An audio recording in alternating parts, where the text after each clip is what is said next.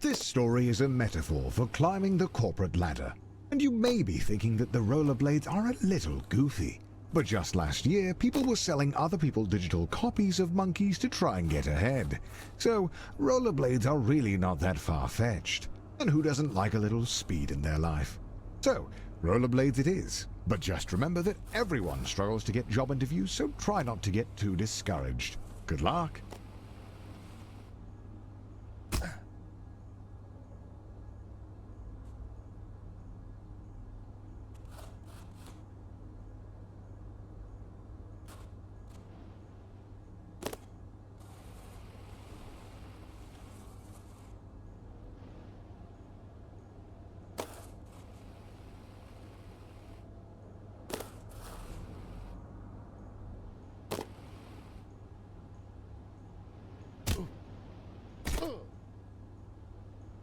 Hey, welcome to your first job interview. I know it can be a little nerve-wracking, but just relax and do your best. You're sure to get the job. Congratulations, you've completed the interview process. Unfortunately, the company needs you to do a take-home interview. I see a note here that says, "Sorry for making you jump through all these hoops."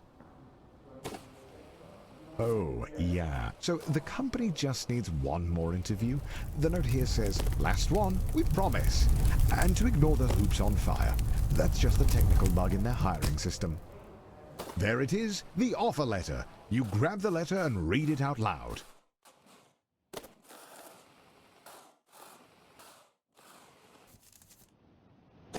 We regret to inform you that the role has been filled.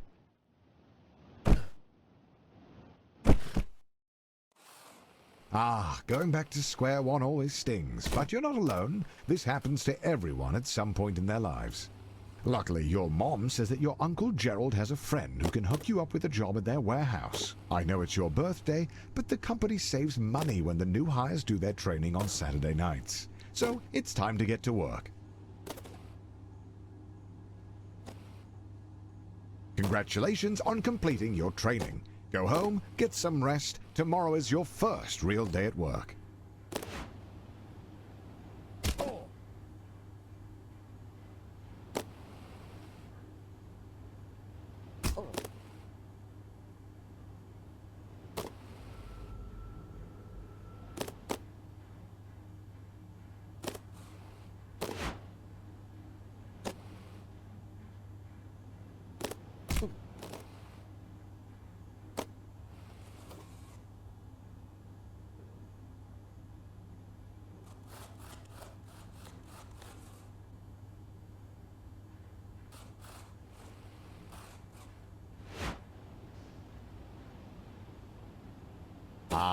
So rumor has it that corporate spent all of their money on fighting Ted's injury lawsuit.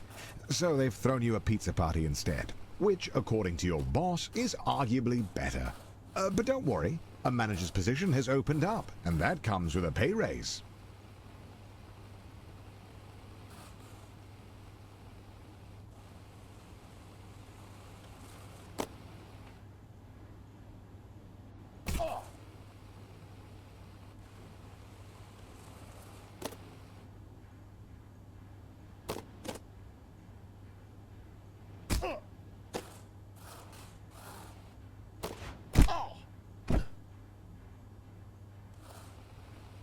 Oh, to be young and naive. They were never going to promote a lowly warehouse worker. That would require them to pay you more. But you refuse to be held down by the system, and if taking an unpaid internship will open up more opportunities to climb the corporate ladder, by gosh, you'll do it.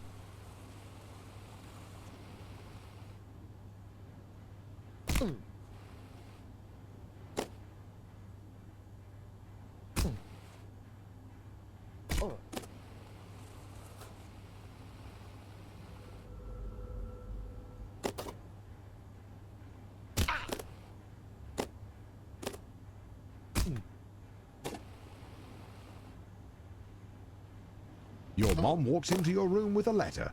You got the job. Tomorrow is your first day as an unpaid intern. What an honor.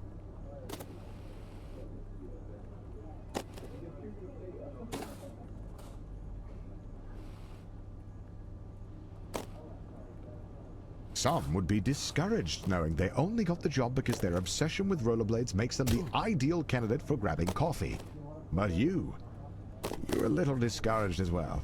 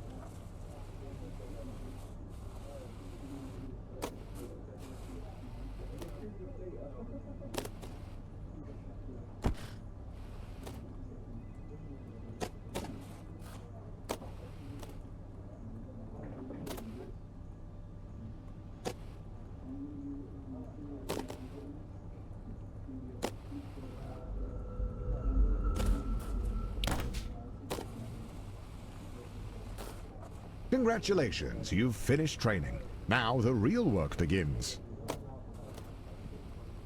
Your boss Bill has his office on the first floor and seems like a really nice guy. Great taste in coffee too. Hopefully you can really impress him with your grind set.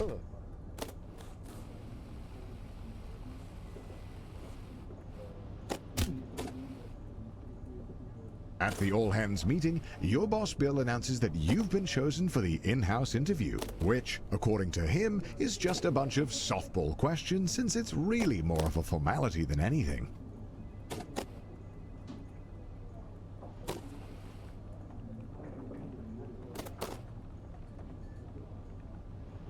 You show up to the interview looking your best. Bring on the softball questions.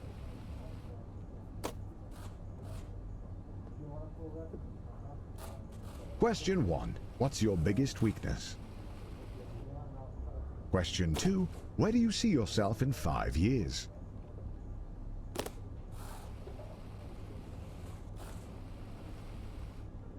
Question 3. Why do you want to work here?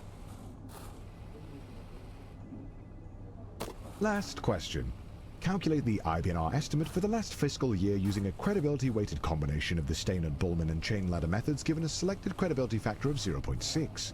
The last intern had a PhD in math, so the company naturally expects the same from all future interns. You did it! The job is yours! And as you watch the other interns get fired one by one, you can start to taste the prestige of being a junior financial analyst. You're ready to kick ass and make money, and you're all out of money. Unfortunately, being a junior financial analyst means you're just another cog in the corporate machine. No one is going to notice you if you don't make yourself stand out. Being a cog means doing a lot of the same thing over and over again. But the company wine mixer is coming up, and if you can make a good impression, it'll go a long way.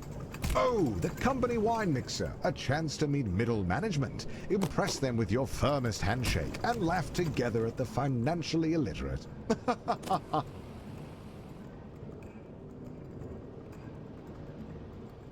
After spinning your wheels for a year, you finally get invited to the company mixer. Rubbing shoulders with middle management has you inspired. You want to be one of them.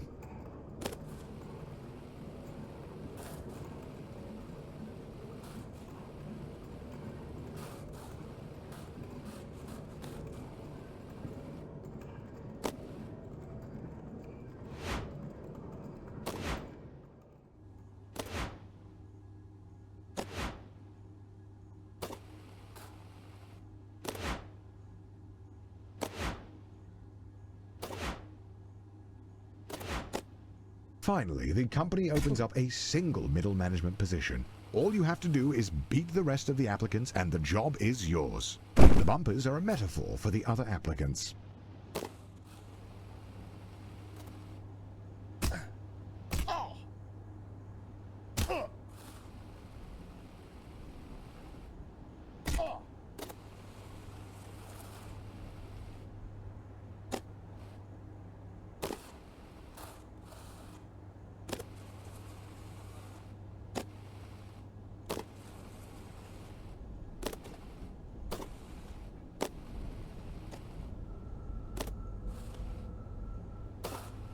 The second round of interviews cuts out 90% of the applicants. The herd has been thinned out and you're still standing strong.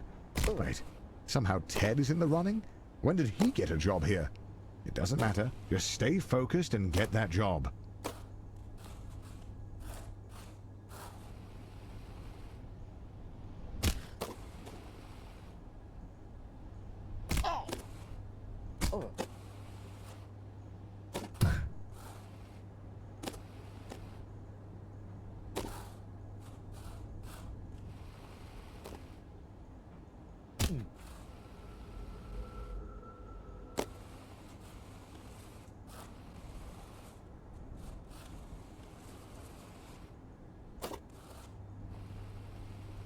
After months of grueling interviews, corporate dinners, endless schmoozing, you find a letter on your desk. One of the two positions is yours. They created another position for Ted. His uncle is a VP. The prestige of middle management. You're assigned a team of juniors, a huge pay raise, and your own office with a view. Not that office. Don't be ridiculous. Oh, and by the way, if your team's earnings drop to the bottom 30%, you'll be fired. Welcome to middle management. No one really knows what you do here, and in fact, no one really knows how to get promoted. Progressing at this stage of your career feels like a confusing maze with no clear path forward. You know, a lot of people stay in middle management their whole career. Look at Dom. He's been here for 20 years. He's also bald, and he seems pretty happy.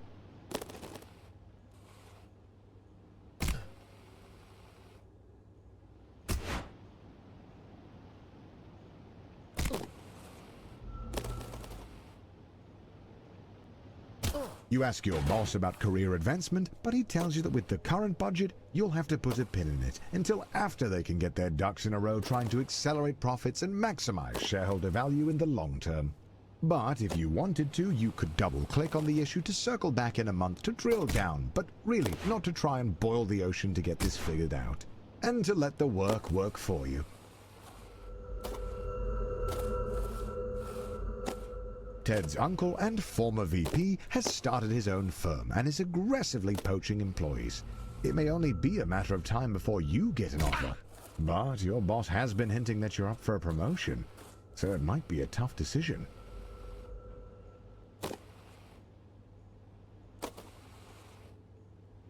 He calls you with a job offer, but you have to decide right now. Ah!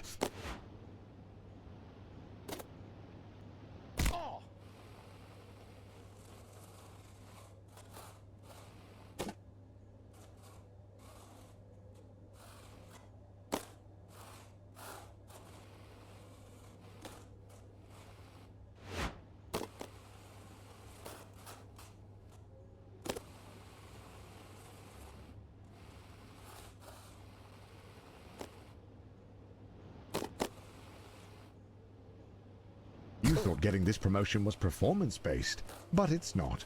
Ted writes one viral tweet that all the Gen Z kids like, and now he's a department head.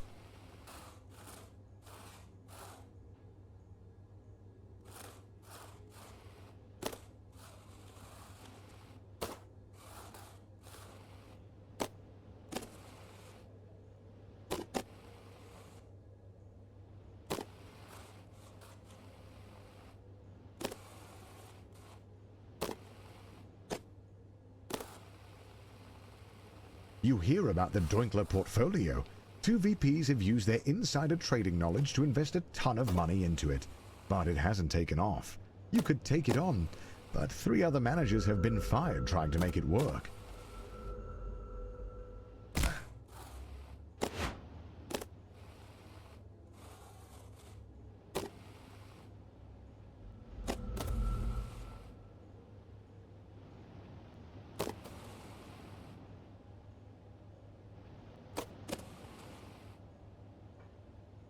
You are desperate to become a department head and decide to take on the Doinkler portfolio. If you pull it off, you'll secure 2 votes from the board. If you don't, you'll be fired.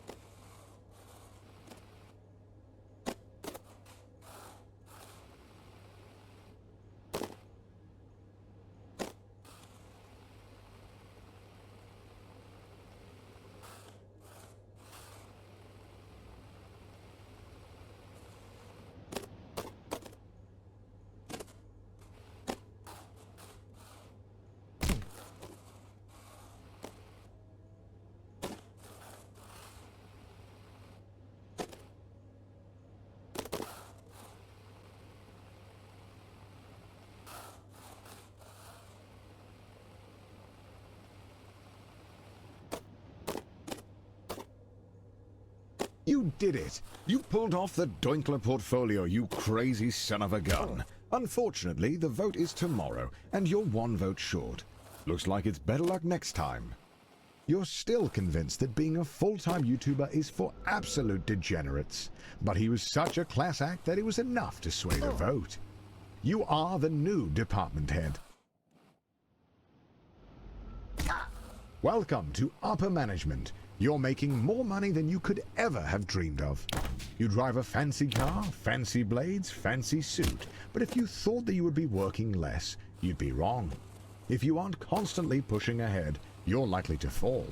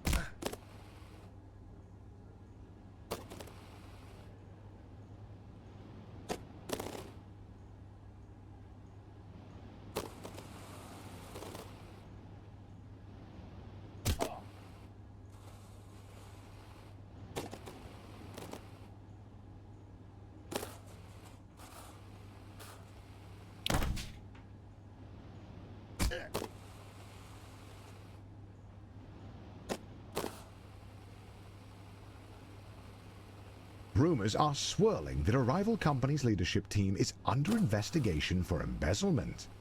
If all goes well, they'll be arrested, and the company will need a new set of VPs.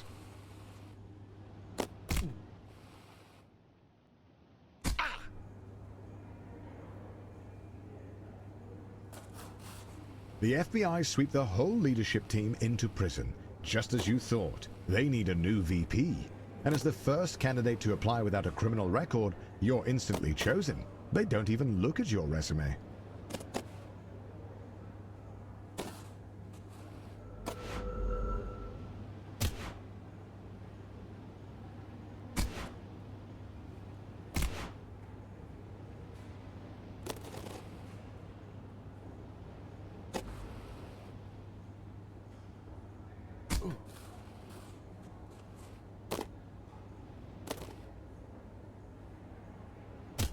Being a VP at a large company puts you in the top 0.01%. But it's not enough.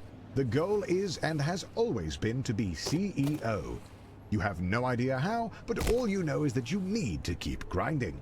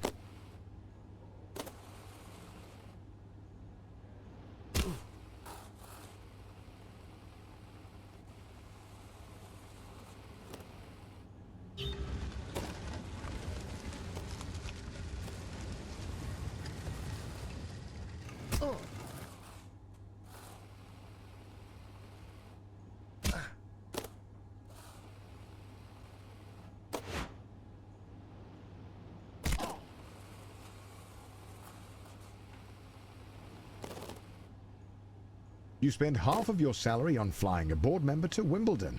They don't even like tennis, but they like being schmoozed, and you like how that helps your chances at being CEO.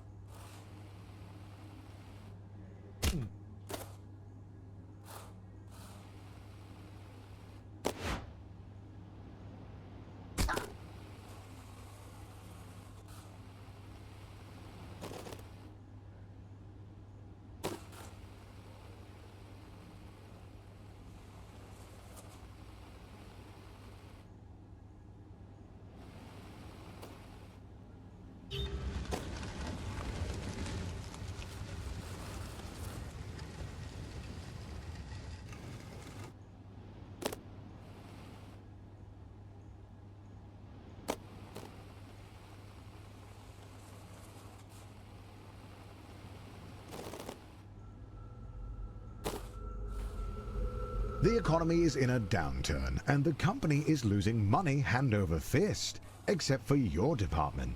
Buying and shutting down companies to create customers for your job hunting app is really working.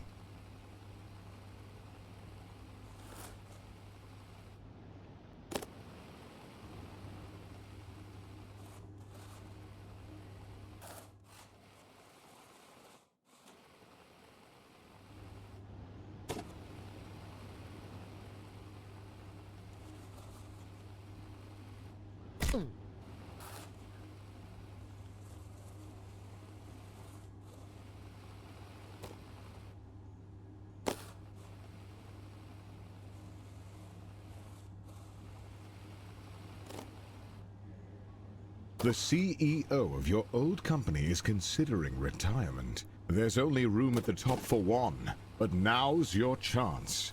You got this.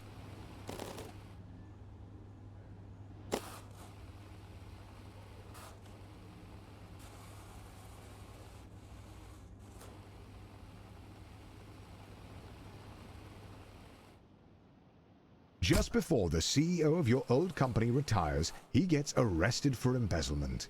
But you've been schmoozing the board of directors for years, taking on hard portfolios, buying dinners at the country club, and turning a blind eye to embezzlement. You're ready to take the leap.